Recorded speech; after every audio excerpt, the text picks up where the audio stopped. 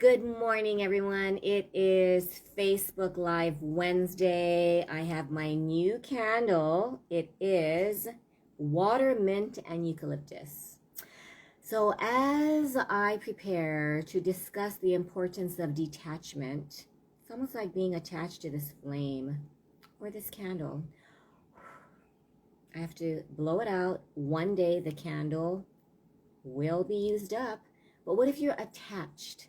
I think as a mom, we are attached to our child's behavior, to our child's achievements, and to our child's just entire attitude. So when they disrespect us, we feel pissed off. When they don't do what we think they should do, then we're like, what in the hell am I supposed to do? So I think I might step on some toes this morning, but I have been reading Think Like a Monk. I'm not a Buddhist, but I think out of all the religions, to practice detachment, to practice a lot of these principles will help parents. Hey, Karen. I have another Karen friend in Arizona who is the most wonderful mama to her Datsuns.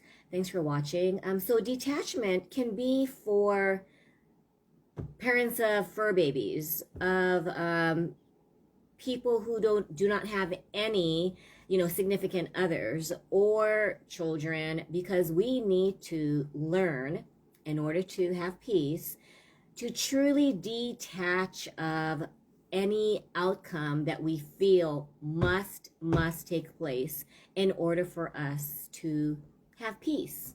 You need to have the government do certain things. You need to have the COVID numbers decrease. We want to have some normalcy. We want to stop this insanity.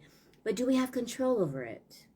Absolutely not. So I wanted to read what I've been learning about detachment, about letting go and letting life happen. It does not mean that you're apathetic. It does not mean that you don't care.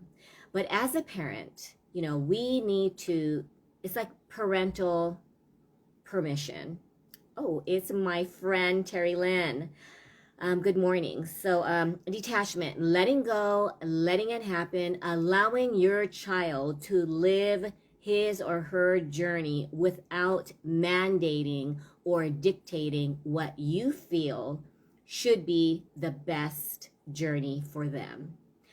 I look back, and I think I shared this before, but I'm shocked that my dad took it as well as he did. Talk about letting go and letting me live my journey. I don't know if I could do this with my girls, and I would be curious to know what you would do if your child did what I did. Graduated with honors, top 4 in the class at Aya High School, and then I register for UH. And the day before classes start, my dad actually drove me, because I didn't have my license yet till I was 19, drove me to get registered. Took the whole, all my Japanese relatives, because they were here visiting, but he wanted me to register. No online registration back then. So I register, he pays for everything, and the night before I say, Daddy, I'm not gonna go. Hey, Cynthia, yeah, I decided I'm not gonna go. He goes, what do you mean you're not gonna go? I've decided I'm not gonna go to college. I know you registered. And he said, so what are you gonna do? And I said, well, I don't wanna work. And I want to go to school, so I don't know. And he said, okay. He said, okay. Till this day, he passed. I don't know if he got the refund. I don't know what happened, but I basically sat at home for about a year and a half, and I watched maybe 16 hours of TV, probably ate junk food. They were like, are you going to get up? It's 2 p.m. They gave me a list of chores to do. And I thought, wow, my dad could have said, you know what? I paid for it. You are going because you made the commitment to go. So you're going to go. He didn't. A year and a half later, he said, so do you still know what you want to do? And I said, no. And he said, should we move to Alaska? Should we just start fresh, the entire family? And he had a really good job as a machinist at Pearl Harbor. My mom worked at the airport. They were willing to leave. I don't know why he chose Alaska, and give us all a fresh start. Well, mainly give me a fresh start. At the time, he didn't really know about therapists and psychologists, and didn't know that I was probably going through a major depression. But I look back, as I'm researching detachment, and I thought he allowed me to live my own journey. He did not judge me. He did not lecture me. And he just basically said, okay, if this is your journey, then I will allow you. He didn't use those words, but his lack of lecturing gave me, I felt major guilt because I was a high achiever. I needed one of those who did the extra credit, had to get my 4.0.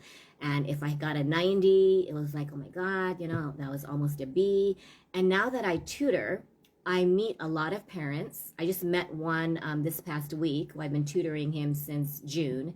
And I talked about how some students, want that B, want that C. And she goes, well, in this family, we don't even want Bs, right? We don't accept Bs, right? And the student just looked at me and, just sighed. And I thought, we are putting so much stress on our kids who already are overwhelmed and dislike distance learning. How many of you have kids who go, oh my gosh, I just absolutely love distance learning. And I'm just gaining so much valuable knowledge. I think absolutely, I don't know, maybe a couple of them, I have a couple of students who like distance learning. Majority hate it. They don't like the technical aspect of it. They don't like being, you're not in person. So my message to you today is that if your child feels like a failure, your focus is on grades, on motivating them, letting them know that, you know what, you got to do this. You got to do this to graduate. You got to do this to pass to the next level. What they feel, I'm learning through my own lecturing and motivational talks with my 18-year-old who may have to repeat her freshman year in college. Makes me just emotional saying those words. Failure, you're just focusing on, just don't get the F's and the D's and the C's. They interpret it as feeling worthless. Yes, Cynthia said, definitely nobody. Nobody is like, yes, for distance learning. But you know what? When we try to motivate our kids and knock some sense in them and realize, you know what, this is what you have to do. So just do it and stop grumbling about it. Stop being irresponsible. Stop being lazy. Stop fill in the blank. Your child, I want you to listen to this. Your child is hearing that you're telling them that they are worthless, that they're incompetent, and it is very conditional love. Very, very conditional love. And I struggle with this.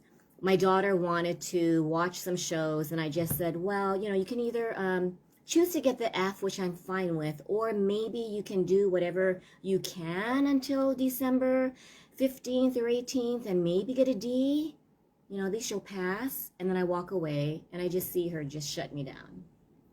And I realize I am doing exactly what I'm telling parents not to do.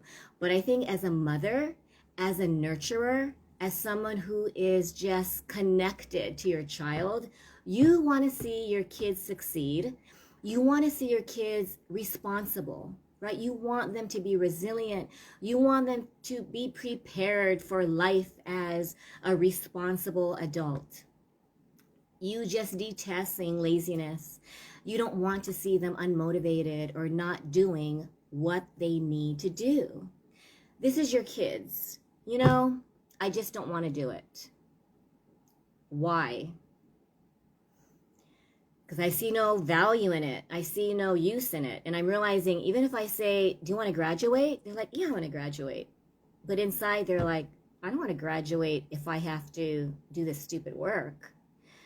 That's like someone telling me you're going to have to play golf, play soccer, and do yard work, and then you'll be able to get your degree in being a parent coach. And I'll be like, I want to get the degree, but I hate sports, I hate yard work, and I don't know. That's what we're telling our kids to do. You better do this work because it's your job. I had a parent say, your job is to get A's and that's it. She was 16. She became my coach 10 years later. And she is such an inspiration. You know what happens when we demand behavior from our kids? this is hard to hear, but we are choosing coercion versus cooperation and compassion. We are choosing to dictate that our kids respect us, and then when we go, shh, no, no, no, no, no, and they want to talk, and we go, wait, just stop, just listen to me. They feel, I guess my words are not worthy. My mom's mad at me. I'm disappointing her. I'm a loser. And then we're like, you know what? Our message means well, but I know when I told Chelsea, okay, so you failed for the second time.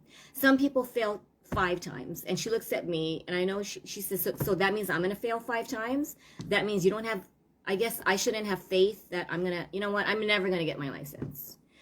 And then I thought, I just got to stop. I got to stop talking and stop lecturing and start listening. Because as an 18-year-old, she keeps telling me, Mom, I said, what do teens want? We want to be heard and understood. And I keep repeating this, but I'm not doing it. They want to be heard, understood, and just listened and loved unconditionally. And, without realizing it, I know I'm putting conditions. I'm like, can you at least pass your first semester of college? I mean, you graduated with honors. I know you can do it. And she's just, I'm not listening. I'm not being compassionate. She is working as a cashier. And I'm thinking, you're only working 3 days. I'm saying it to myself, right? Other people are working full time. They're raising kids. They're going to school. But I'm thinking, and she says, when you share your inspirational, motivational stories, you make me feel incompetent. You're making me feel that you're comparing me to other kids that you want me to be. I'm sorry that I'm not the daughter that you want me to be. I didn't know what to say. So I wrote down, are we valuing the learning process, or are we valuing the grades that we want our kids to get? Are kids going to listen because they don't want to get lickings? Are they pleasing parents, or are they genuinely feeling passionate about their journey? Or are they feeling dictated because we do not know how to detach? We're like we're just attached. We are this, I just thought of, like the whales have this, they're just having all of this stuff attached to them, and they want to, well, that's a nurturing relationship. But think of mold. We are not mold. We are not meant to be mold.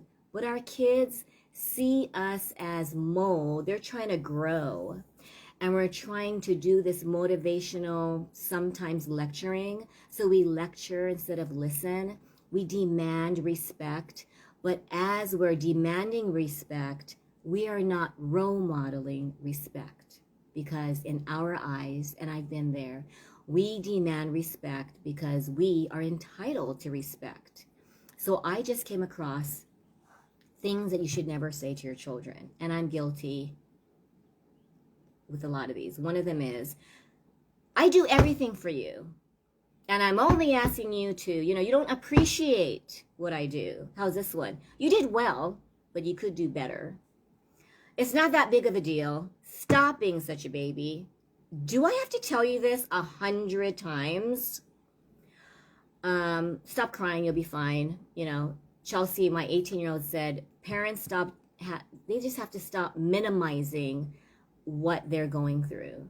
Because what they're going through is equivalent to the pandemic to us, to a tsunami or a hurricane. And to us, it's just such a tiny thing. But in their world, it's everything. When Chelsea failed her road test, but she didn't practice, right? Her dad wanted to say, well, this is what you get when you don't practice.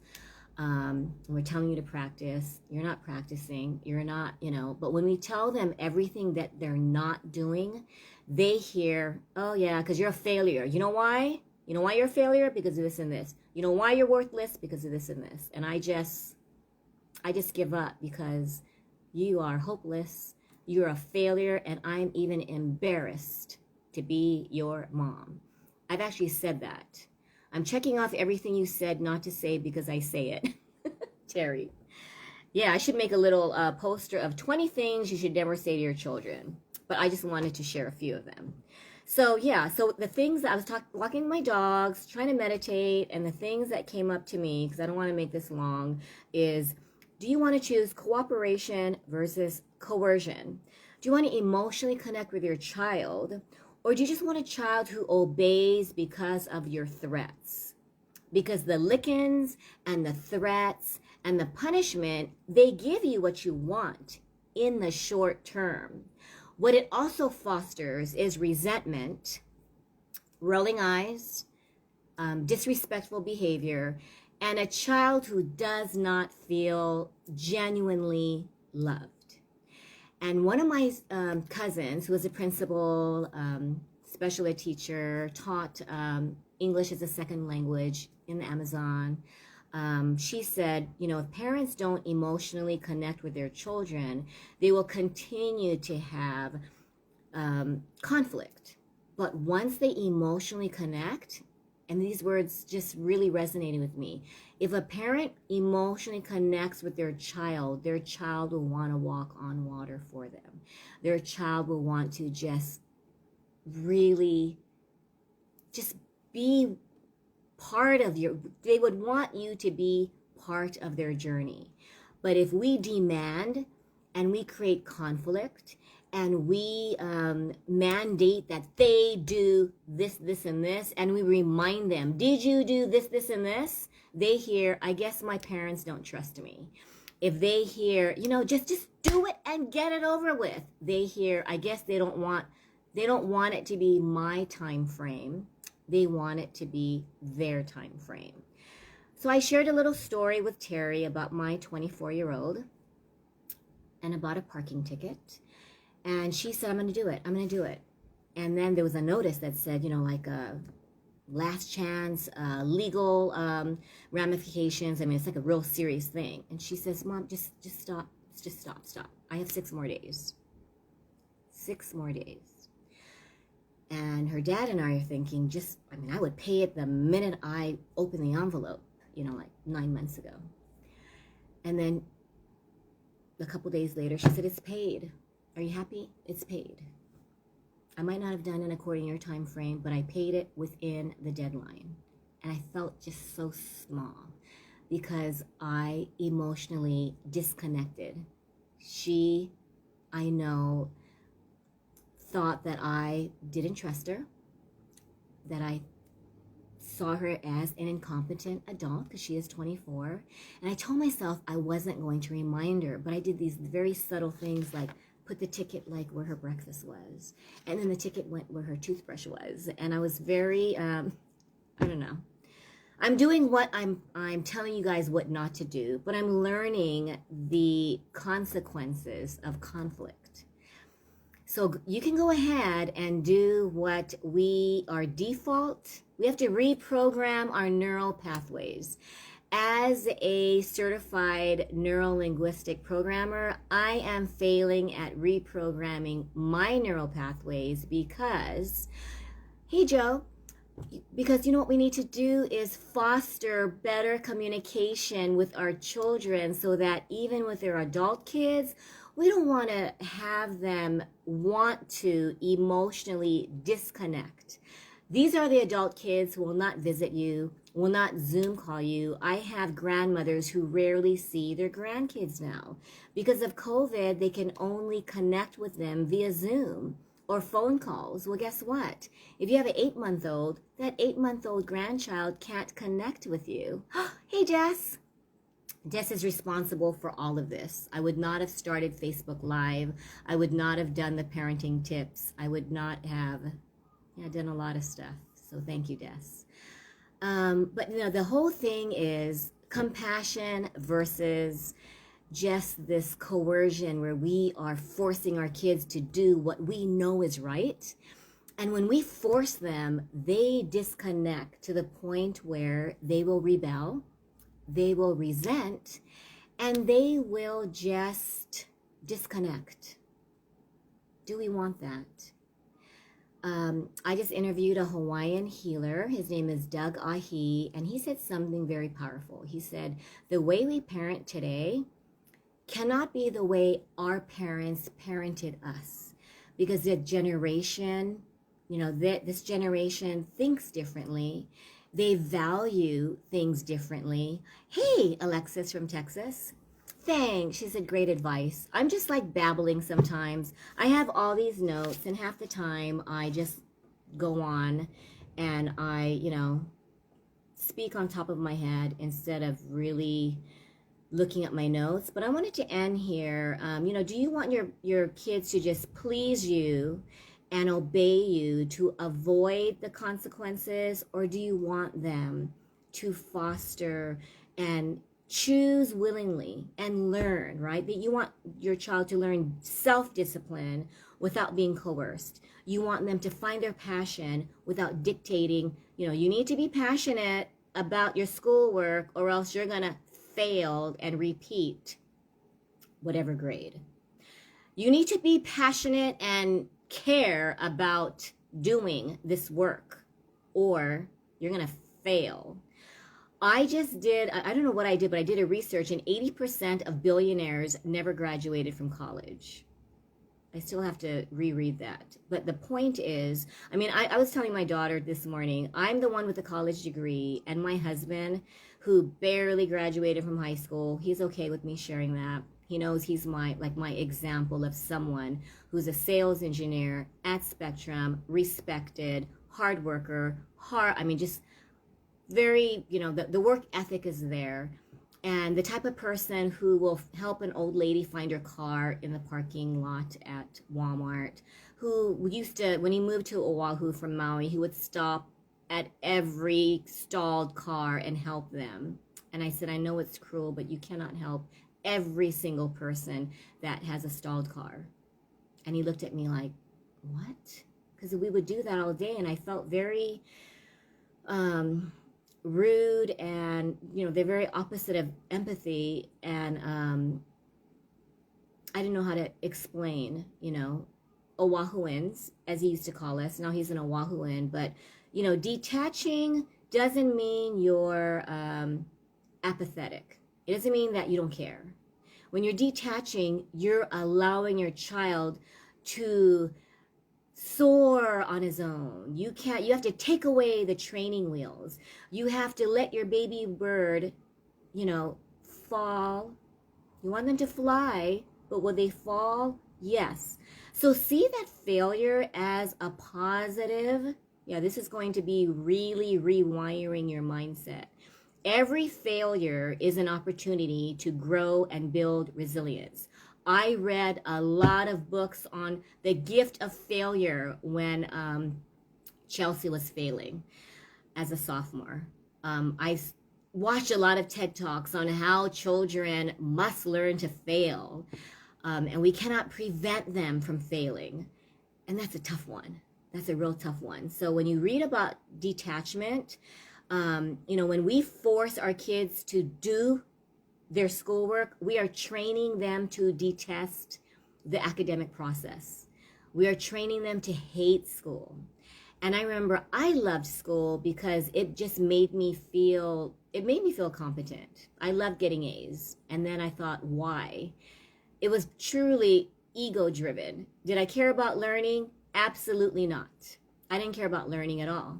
We're supposed to care about the learning process, not about getting the A. And I just cared about my A's. My dad gave me $10 for every A, and I wonder now, in retrospect, would I have worked hard?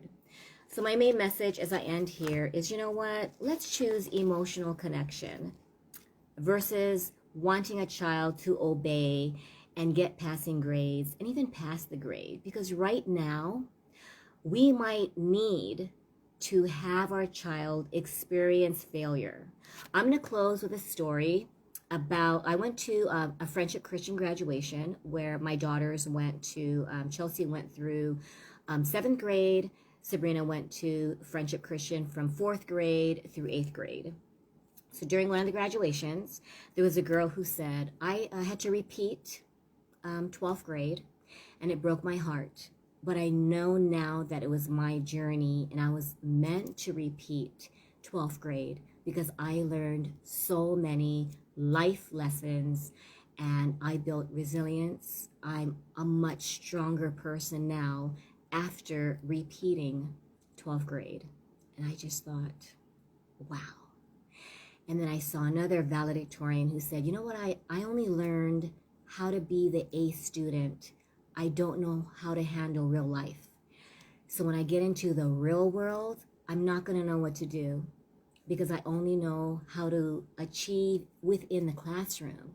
So all of you who have kids who are failing, not logging on to their distance learning. I mean, I was even mortified when KHON, I know they meant to, news stations just, they do what they're supposed to do, which is share news, right? But they caused a lot of fear in parents because what they said was a lot of this distance learning damage will damage our kids for the rest of their life. It'll damage their opportunities to attend college. It'll damage them so much that they will fall behind in academics. So I've been talking to teachers and principals and people in the education realm, and you know what? Not true. Not true. And they're saying, and the people who can afford tutors, they are the ones who will, achieve and will thrive. And I thought, well, this is good, for tutors. But you know what? Parents who can't afford tutoring, how are they going to feel? They're going to feel that their child is destined to fail because of the pandemic. And I'm realizing that, you know what? That is not true. Because we were never happy with the education system to begin with, right? We still had teachers who did not, I was a teacher. I left after 5 years. It is hard to be a teacher in the classroom. It's harder to be a virtual teacher. And we cannot look at our kids' future success based on their academic achievements, because some of the most successful people dropped out of high school, dropped out of college. I mean, my dad won awards from the military, won awards as a he was not in the military, but he was in the military, but he did civil service, 20 years at Pearl Harbor, 20 years in the Air Force, without a college degree, barely graduated high school. He probably had a 1 point something GPA. He grew up to be a man who was very honorable. I mean, he was such an inspiration to me. And he did not have straight A's. He was not the valedictorian. He didn't even have a 2.0. He did not graduate with a passing GPA, right? His parents did not push education on him. He had to actually forge his parents' signature on his report card because both parents did not go higher than the 3rd grade. They did not know how to read English, so they brought pet shampoo for their hair. They were physically and emotionally abusive. So my dad really left as an 18-year-old, joined the Army with a lot of emotional trauma and did not have positive role models. So guys, all we need to do is emotionally connect with your child, unconditionally love your child. I don't know, I invite you to, I know, I get it. You want to take away the electronic privileges. What that does, though, I'm learning, because I took away phones, I took away TV, I took away, a lot of stuff. And what my daughter learned is that she wasn't worthy. One day she said, you know what, I'm not doing my work, I'm not listening to you, so I don't deserve to eat dinner. I didn't know what to say. I said, you deserve to eat dinner. I said, well, she goes, right now, I feel worthless. I feel incompetent. I'm failing my classes. I'm not doing what I'm supposed to do, so I'm not worthy. I'm going to end with that. Think about the words that we say and also how we show our love. I just read that when our children or anyone listens to us, it's less than 10% words. which made me think, I don't know if my words will make any difference, but it's our body language, it's our energy, and it's just the way that you communicate. It is not our words. Alexis, this is real. My son will probably fail one class in the 6 weeks, will pass for first semester. Hubby said something like, you might not get into college because of this grade. That's a lot of pressure. That is a lot of pressure. And you know what I'm realizing when I talk to these college admissions people? Guess what? They want to see how kids overcome failure. That's one of the essays. Write about a personal failure that you overcame and how it built like strength, inner strength. I had a straight A student. He didn't have a failure, so he talked about losing his grandpa, which is not really a failure, but it was a hardship that he overcame. And I was like, Chelsea, wow, if you ever have to write about failure, you're going to have a powerful paper. And she kind of like just rolled her eyes. But I thought, your resilience, I mean, you know how to turn an F to an A. And then I thought, you know what? That wasn't the message. When I just said you can turn an F to an A, I'm focusing on grades. And what we should do is not focus on the end result. Don't focus on the GPA. Don't focus on the accomplishment. Focus on the journey, because the journey is all we have. If we're going to focus on the end result, we're going to be very impatient and we're not going to appreciate. Oh, I think I'm sounding like I'm lecturing. Sorry. I get very passionate about this mission of parent coaching, because I see so many parents just like smothering their kids. And I'm not judging, because I'm doing the same thing. When she failed, we wanted to say, this is what happens when you don't practice. This is what happens when you don't discipline, But do our kids need to be heard? Can you just like discipline and not mess up so that you can have a bright future? Or do they need to hear, you know what, you've got this. It's just an F. So you repeat the first semester. I'm going to have to say that possibly. So you have to repeat the first semester. I guess my fear is maybe she won't try again. And my friends say, so what if she doesn't try again? And I'm thinking, what? Maybe the academic journey is not hers right now. She wants to be a nutritionist. You need an academic journey. Or do you? My husband is the only sales engineer without a college degree. That just blows my mind. I'm the college degree person who is doing Facebook Lives. I'm tutoring. I used to tutor. What do you do?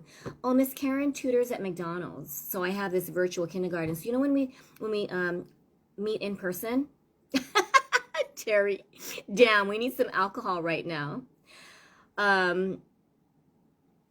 I don't know what to tell you guys, but I'm sorry. I lectured way more than my designated 15 minutes. My goal is to do Facebook Lives for 15 minutes, and I failed. But you know what? This is part of my journey. I know a lot of people are supposed to only watch, I think, 6 minutes of whatever you these Facebook Lives or videos. So it's just me venting maybe. Cool Hand Luke, hey, thank you for watching. I'm ending now. But yeah, so you know what? My ending statement is focus on your intention today. Value the learning process and your child's journey, not the F, not the missing assignments, not the failures. Because we want to, at least my intention is to help you raise responsible, resilient, respectful kids who feel confident in themselves, who love themselves. You don't want someone who self-loathes, who feels like they're worthless, and who feels incompetent because of our words. The power of our words can either lift our kids or smush them down. So today, ask yourself, am I lifting my kids with these words or my energy? Because you can say, right, I believe in you. And your kids are like, yeah, right, I don't feel it, Mom. So are you lifting them up, or are you pushing them really, really down? I'm talking about below the earth. Below, below, below. Which is it going to be today? And forgive yourself when you do lose your temper, because I've been doing a lot of forgiving. So thanks, guys. I am sorry. This has been turning into probably one of the longest Facebook Lives, but I will see you next Wednesday. I encourage you, if you're interested, my workshop is going to be December 28th and 29th. What's it going to be about? It's going to be about how to study, how to remember, and how to focus with passion. We want to help our kids want to learn, right? We want our kids to love the learning process, not resist and resent it. So December 28th and 29th, the last Monday and Tuesday, 11 a.m. to 12:30, an hour and a half, both days. And I promise to make it educational, but entertaining and, life-changing, because it's going to prepare them for 2021. Thank you. Bye.